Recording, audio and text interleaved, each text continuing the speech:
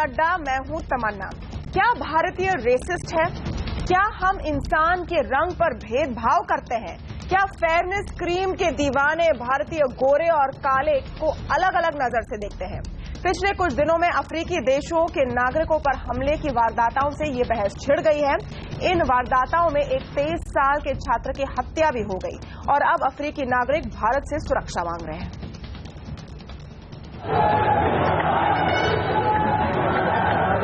जंतर मंतर पर इकट्ठा ये अफ्रीकी छात्र सरकार से अपनी सुरक्षा की मांग कर रहे हैं। दिल्ली और देश के कई शहरों में अफ्रीकी नागरिकों पर बढ़ते हमले ने इन्हें सड़कों पर निकलने के लिए मजबूर कर दिया। We have more than 5 lakhs Indians living in Africa and they are living in peace. We are not disturbing them. I don't think if the Indian government should allow your people to disturb us. पिछले दिनों दिल्ली में 3 अलग अलग घटनाओं में 6 अफ्रीकी छात्र घायल हो गए। 20 मई को कांगो के एक छात्र की पीट कर हत्या कर दी गई। छात्रों का आरोप है कि पिटाई करने वाले लोग गो बैक टू अफ्रीका जैसे नारे लगा रहे थे। हालांकि पुलिस ने इस मामले में 5 लोगों को गिरफ्तार किया है, लेकिन वो इस मामले को नस्ली हमले कहने से बच रही है और इसे कानून व्यवस्था से जुड़ा मामला बता रही है। जहां विदेश मंत्री सुषमा स्वराज, गृह मंत्री राजनाथ सिंह और दिल्ली के लेफ्टिनेंट गवर्नर नजीब जंग से अफ्रीकी नागरिकों की सुरक्षा का भरोसा दिलाने की मांग कर रही है, दूसरी ओर उन्हीं के जूनियर वीके सिंह इसे छोटी मोटी झड़पें बताकर ठीकरा मीडिया पर फोड़ रहे हैं। अफ्रीका के कुछ स्टूडेंट्स के साथ कुछ घटनाएं आए हैं, हम लोग इसको बहुत सीरियसली ले रहे हैं। वहीं दूसरी ओर अफ्रीकी नागरिकों पर हमले के बाद विपक्ष ने भी सरकार पर तीखा हमला किया है। जब से एनडीए की सरकार आई है तो इंटॉलरेंस का माहौल बना है, चाहे वो यहाँ पर विभिन्न वर्गों के बीच में हो या विदेशी छात्र हो। ये सब नकली शेर है। ये सब सारा संबंध बिगाड़ के नेपाल से बिगाड़ा, वहाँ बिगाड़ा, वहाँ बिगाड़ा। अफ्रीकी देशों के नागरिकों को लेकर हमले, फप्तियां कसा जाना कोई नया नहीं है।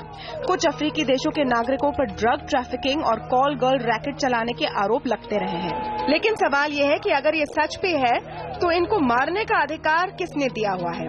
क्या भारत में नस्लभेद आम हो गया है? Bureau report. इस बीच ये भी खबर आ रही है कि राष्ट्रपति प्रणब मुखर्जी ने इन पूरे मसलों पर जो अटैक्स हो रहे हैं अफ्रीकी नेशनल्स पर, उस पर उन्होंने कंसर्न जताया है और उन्होंने कहा कि ऐसी चीजें नहीं होनी चाहिए। आइए चर्चा शुरू करते हैं आवाज अड्डा में। बीजेपी के प्रवक्ता हमारे साथ जुड़े हैं आज, जफर इस्लाम, कांग्रेस के प्रवक्ता Alok Sharma, strategic affairs expert Sushant Sareen, Uttar Pradesh के पूर्व डीजीपी विक्रम सिंह हमारे साथ है और Bengali market resident welfare association के प्रेसिडेंट YK आनंद भी हमारे साथ जुड़े हैं। स्वागत है आप सबका। सुशांत, सबसे पहले मैं आपसे शुरू करूंगी क्योंकि ये एक डिप्लोमेटिक मामला भी हो गया है। अफ्रीकी देशों के जो राजदूत है वो कह रहे हैं कि हमारे लोग यहाँ पर सुरक्षित नहीं है, हमको तो वार्निंग देनी चाहिए हमारे देशों में कि भारत मत आइए पढ़ाई करने के लिए। देखिए, जिस तरह का माहौल पिछले चंद दिनों में बना है उससे तो ये एक लिहाज से उनकी बात दुरुस्त नजर आती है, लेकिन ये मुद्दा इतना आसान भी नहीं है, इतना सरल भी नहीं है।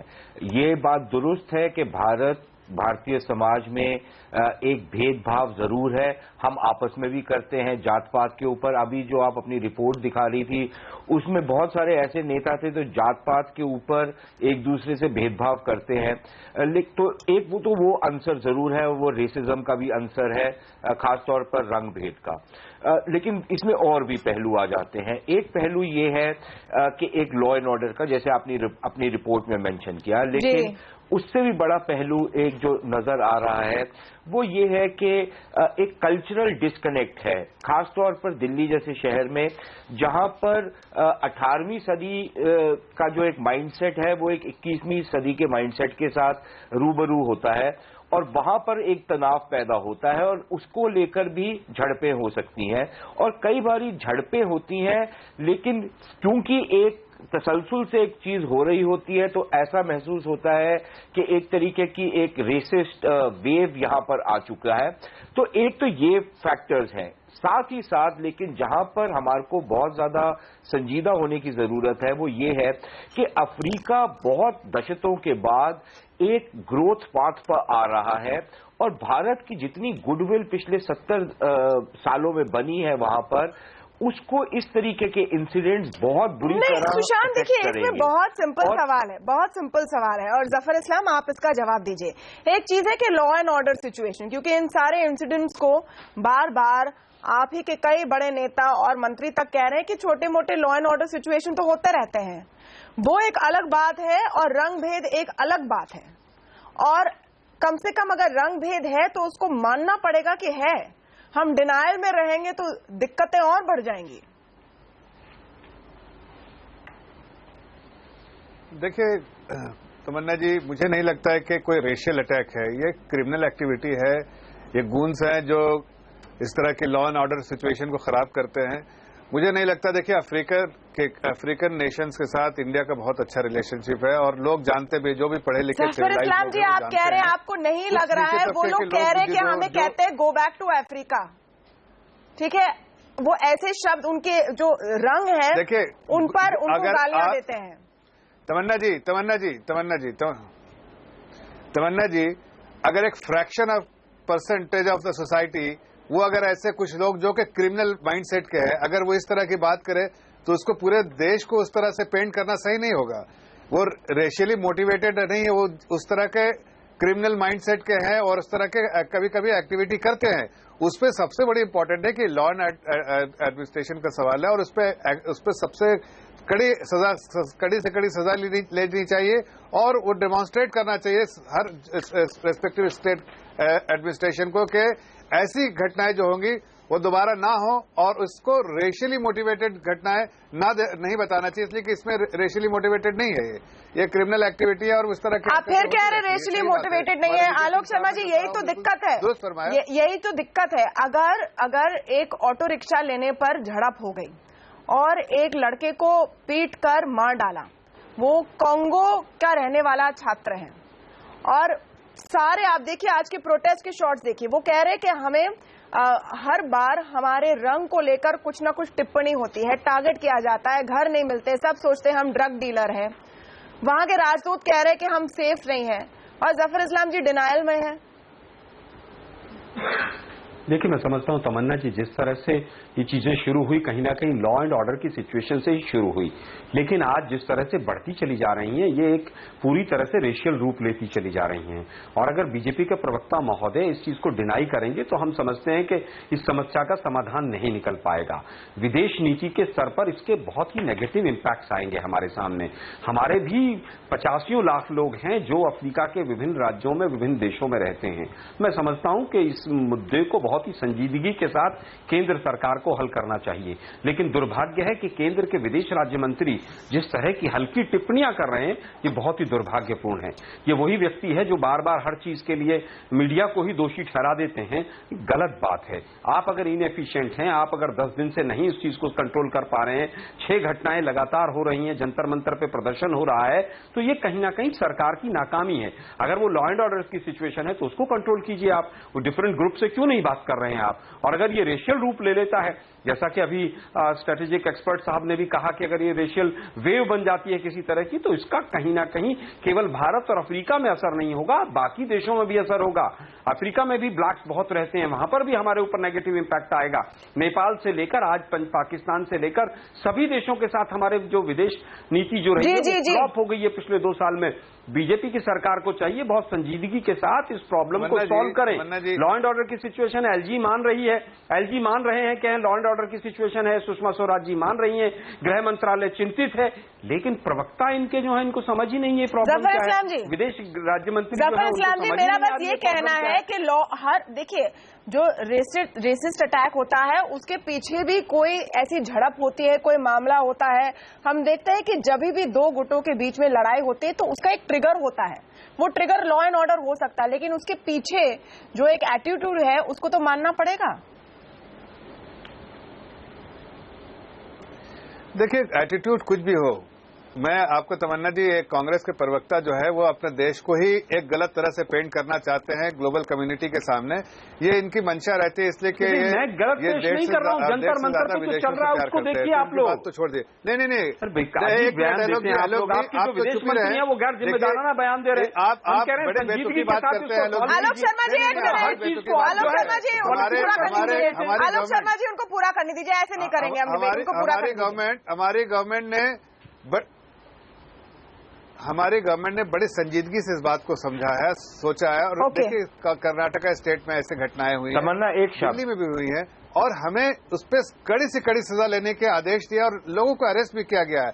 ये कह देना कि ये रेशियली मोटिवेटेड, अब हर जगह पर जो भी अटैक हो रहा है रेशियली मोटिवेटेड, ये सही नहीं। इक्का दुक्का ऐसा हो सकता है कि शायद वो अफ्रीकन या किसी और वजह से हो सकता है ऐसा हुआ, ऐसा नहीं, सवाल ये है, सवाल ये है जफर इस्लाम जी, अगर अफ्रीकी देश के छात्र भारत में अपने आप को असुरक्षित महसूस कर रहे हैं तो क्या ये हमारे लिए प्रॉब्लम है या नहीं? सुशांत आना चाह रहे थे इसमें। जी सुशांत।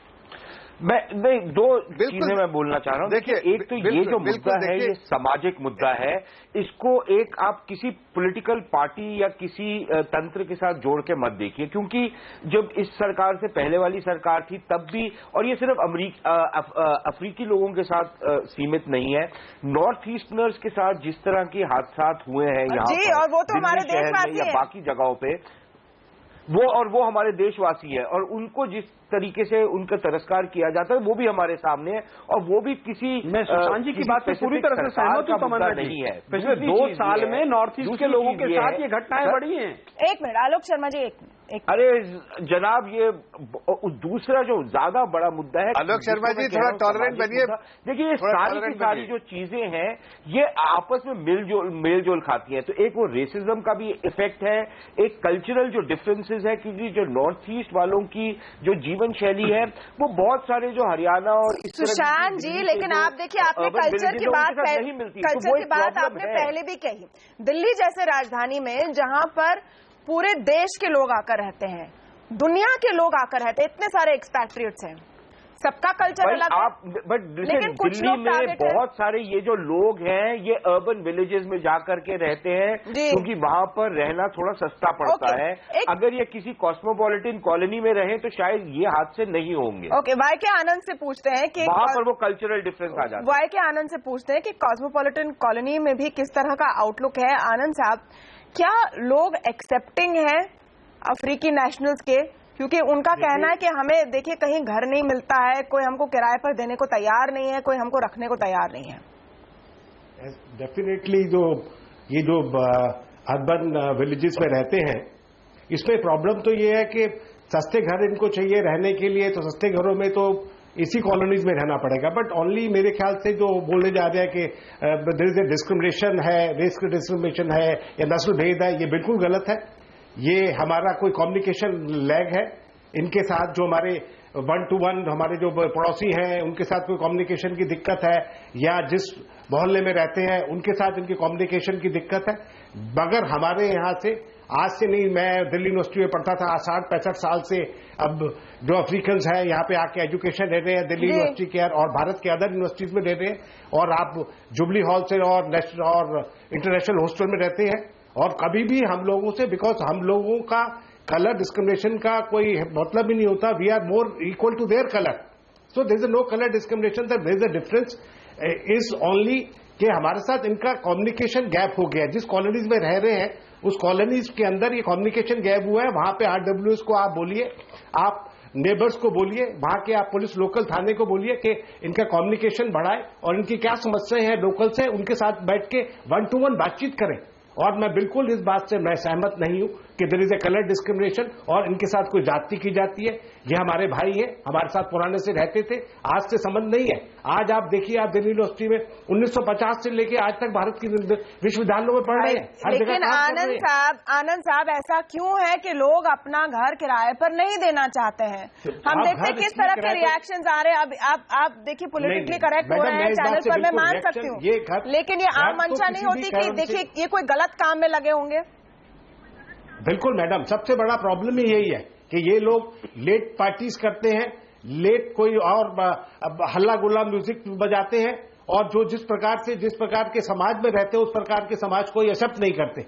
मगर ये कहना कि ये डिस्क्रिमिनेशन है, रेस डिस्क्रिमिनेशन है, नस्ल भेद है, हम लोग इस बात से बिल्कुल मैं आपको बताती हूँ नस्ल भेद क्यों है, मैं आपको बताती हूँ रंग भेद क्यों है। एक मिनट, वाई के आनंद जी, जो आपने बात कही बहुत इंटरेस्टिंग है। आप कहते हैं कि ये लोग यानी आपका मतलब है अफ्रीकी देश के लोग, आप उनको आइडेंटिफाई कर रहे हैं उनके स्किन के कलर से।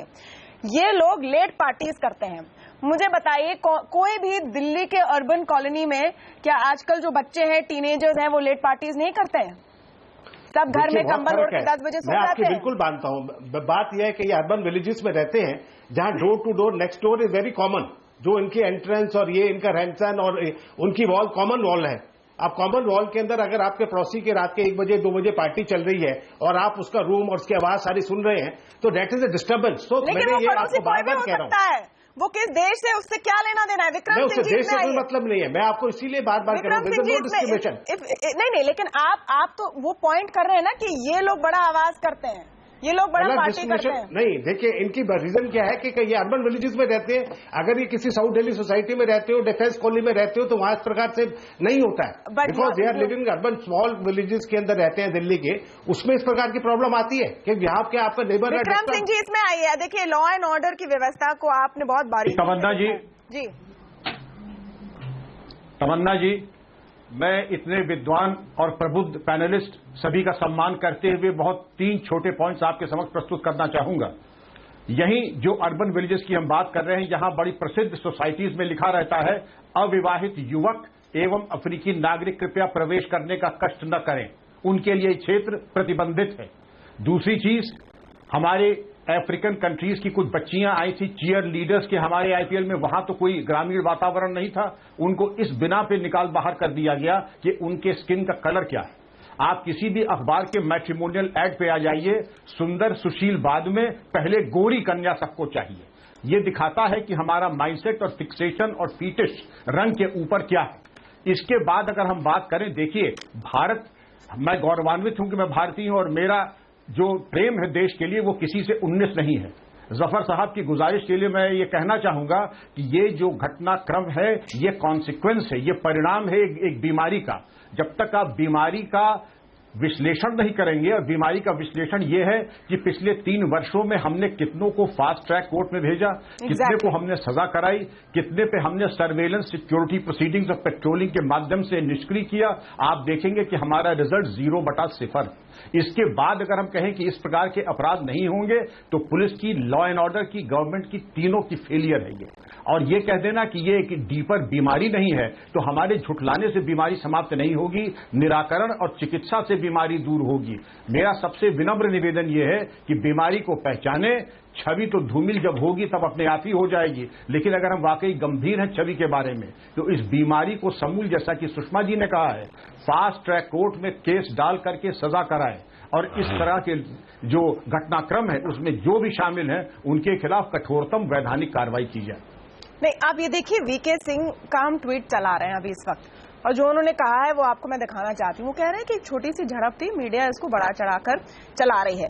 ये झड़प क्या थी वो भी मैं आपको बता देती हूँ। राजपुर खुर्द में 4-5 अफ्रीकी देश के नागरिक थे, स्टूडेंट्स थे, और उनको बैट और रॉड से पीटा गया और उनको कहा गया था गो बैक टू अफ्रीका। क्या ये एक रेसिस्ट अटैक है या नहीं, जफर इस्लाम? देखिए तमन्ना जी, जैसा मैंने पहले कहा कि इस तरह की घटनाओं का सिविलाइज सोसाइटी में कोई जगह नहीं है, और जैसा सिंह साहब कह रहे थे, कड़ी से कड़ी सजा होनी चाहिए। और हमारी सरकार, हमारे अगर एक्सटर्नल अफेयर्स मिनिस्टर ने जैसा कहा, सुषमा स्वराज जी ने, कि अरेस्ट हो, फौरन उन पर कार्रवाई हो और सख्त से सख्त सजा होनी चाहिए, एग्जाम्पलरी सजा होनी चाहिए, इसीलिए ताकि आगे कोई इस तरह की हरकत ना करे। लेकिन इस घटनाओं की वजह से हम अपने पूरे देश को इस तरह से पेंट करें कि यहाँ रेशियल अटैक, सारे लोग जो हिंदुस्तान के लोग हैं वो रेशियली मोटिवेटेड है, और उनकी मनचाही होती है कि अगर ब्लैक देखा तो मारो उसको। इस तरह से ये कांग्रेस के प्रवक्ता उसी तरह से पेंट करते हैं। नहीं, लेकिन मैं इतना कह रहा हूँ कि देखिए जो भी तकलीफ है, इस तरह की घटनाओं को नहीं होना चाहिए। और नहीं होना चाहिए, और इसमें जितनी कड़ी से कड़ी सजा होनी चाहिए, हो सकती है सजा होनी चाहिए, और फास्ट ट्रैक में होनी चाहिए। नहीं, लेकिन किस चीज की कड़ी से कड़ी सजा होनी चाहिए? फास्ट ट्रैक में सजा होनी चाहिए। नहीं, देखिए वेग बात पॉइंट पर आए। सुशांत सलीम जी, क्या कोई हेट क्राइम के लॉज वैसे हैं जिसके अंडर इसको ट्राई करना चाहिए, या असॉल्ट और बैटरी में ये ट्राई हो जाएंगे? क्या कोई रेशियल डिस्क्रिमिनेशन के स्पेशल लॉज नहीं होने चाहिए, क्योंकि तब तक वो as a race crime identify ना हो, वैसे उसकी प्रोसिक्यूशन ना हो, तो फिर उस तरह का मैसेज नहीं भेज पाएंगे। देखिए, मुझे ये सिंह साहब शायद बेहतर जानते होंगे कि कानून में क्या प्राविधान है इस चीज का, लेकिन मेरे ख्याल भारत में कानून तो है, हेट क्राइम्स के खिलाफ भी है, लेकिन क्या रंग भेद को स्पेसिफिकली आईपीसी में डील किया गया है? शायद नहीं किया गया, लेकिन अदरवाइज कॉन्स्टिट्यूशनली और अदरवाइज हमने गारंटीज दी हुई हैं कि इन मामलों पर कोई भेदभाव नहीं होगा। लेकिन जो सिंह साहब कह रहे थे, मैं उसी को आगे बढ़ाता हूं बात को। आप अगर हम लोग देखिए, हम सारे अपने देश से प्यार करते हैं, लेकिन अगर देश में कोई प्रॉब्लम है तो हमको डिनायल में अगर हम रहेंगे तो फिर हम उस बात को झुठला देंगे और हम उसका कभी समाधान नहीं कर पाएंगे।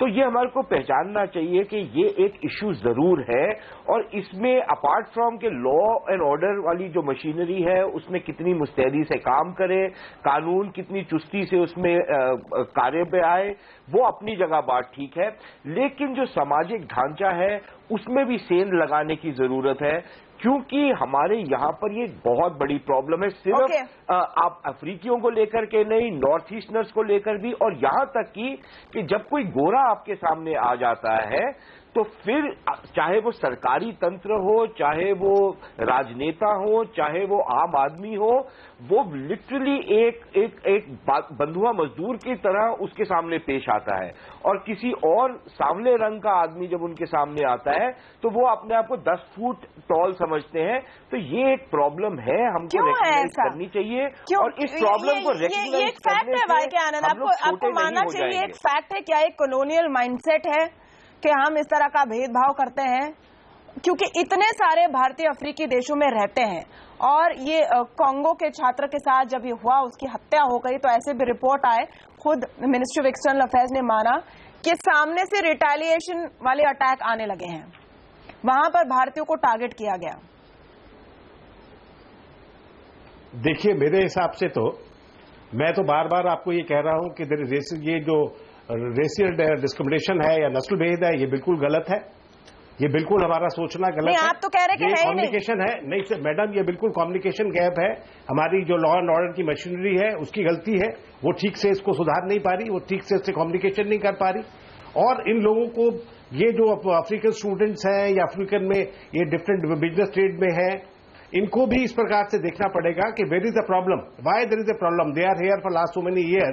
अब इस प्रकार की प्रॉब्लम अब क्यों आने लगी? मेरे हिसाब से तो ये प्रॉब्लम, जो मेरा विचार है वो ये प्रॉब्लम, एक तो कम्युनिकेशन गैप है, एक हमारी लॉ एंड ऑर्डर मशीनरी की प्रॉब्लम है, और तीसरा इनको भी अपने आप में छवि को देखना पड़ेगा, झांक के देखना पड़ेगा कि इस प्रकार की गतिविधि ये ना करे जो आपके पड़ोसी, आपके जो मोहल्ले में रहते हैं उनको कोई तकलीफ हो, बल्कि मिलजुल के रहना चाहिए। और किस तरह की गतिविधि के तो होती है मैडम के, देख लीजिए, गतिविधि कई प्रकार की है कि बिकॉज इनमें से बहुत से लोग हैं जो ड्रग्स एडिक्ट हैं, कुछ ज्यादा लेट नाइट्स करते हैं, रात को 12, 1, 2 बजे, 3 बजे तरह की पार्टियां चलती हैं, या हल्ला गुल्ला होता है।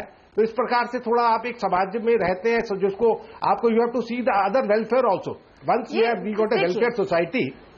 देखिए मैडम, अगर मैं रात के 3 बजे आके आपके गाना लग जाऊं, हल्ला करने लग जाऊं, तो मेरे आस पड़ोस के पड़ोसी डिस्टर्ब होते हैं। नहीं तो आपको पुलिस को फोन करना चाहिए, आपको पुलिस को फोन करना चाहिए, पुलिस को फोन करना चाहिए, पुलिस को उस पर कार्रवाई करनी चाहिए। पुलिस को, मैंने कहता हूँ, पुलिस का लॉ एंड ऑर्डर की पोजीशन, जो हमारे जो लोकल पुलिस से थाने हैं, इनको थोड़ा सा कदम उठाने पड़ेंगे, और RWS को भी करिए, और आप इनके साथ कम्युनिकेशन करिए, why there is the problem.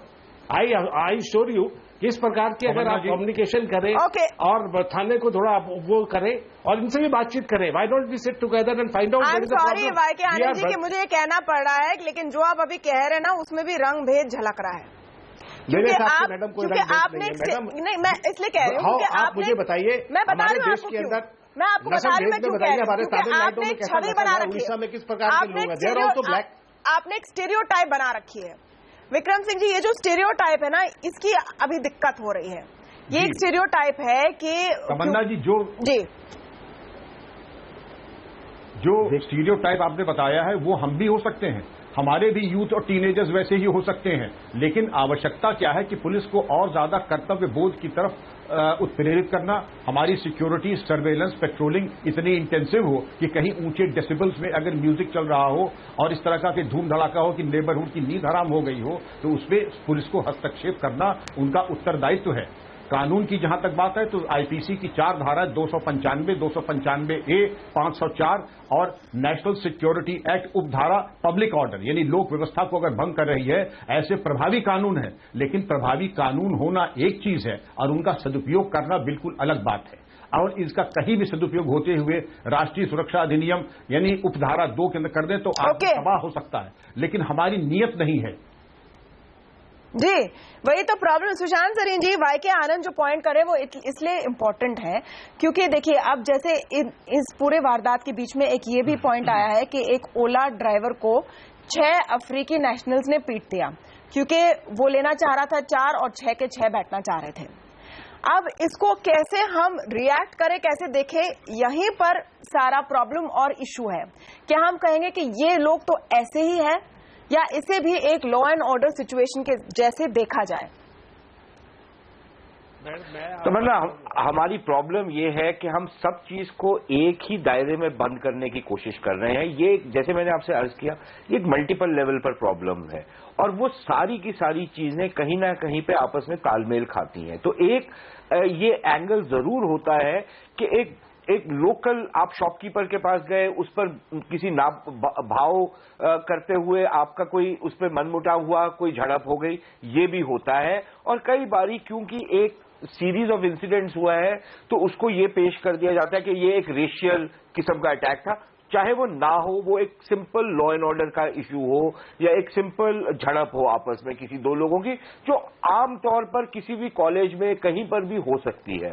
तो इन सारी चीजों को मेरे ख्याल अलग अलग करके देखना चाहिए, लेकिन कहीं ना कहीं पे उसमें रंग भेद का, वो कल्चरल डिफरेंसेस का जो ये आनंद साहब कह रहे हैं, लॉ एंड ऑर्डर वाले जो इश्यूज हैं, फॉर एग्जांपल नारकोटिक्स ट्रैफिकिंग या प्रोस्टिट्यूशन या इस तरीके की जो इनके ऊपर चार्जेस, कुछ लोगों के ऊपर चार्जेस लगते हैं, वो भी एक फैक्टर आ जाता है। और फिर ये जो नॉर्मल झड़प होती है, तो हर इंसिडेंट जरूरी नहीं है कि रेशियल इंसिडेंट हो, लेकिन कहीं ना कहीं क्योंकि एक रेशियल बैकग्राउंड है, एक रेशियल बैगेज है, तो वो कहीं ना कहीं उस पर असर जफर इस्लाम जी, आपको मानना होगा कि अब सरकार को विश्वास दिलाना होगा इन अफ्रीकी छात्रों को कि आप यहाँ पर सुरक्षित हैं।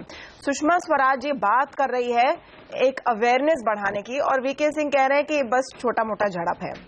तो इस तरह की डिनायल से तो बात चलेगी नहीं।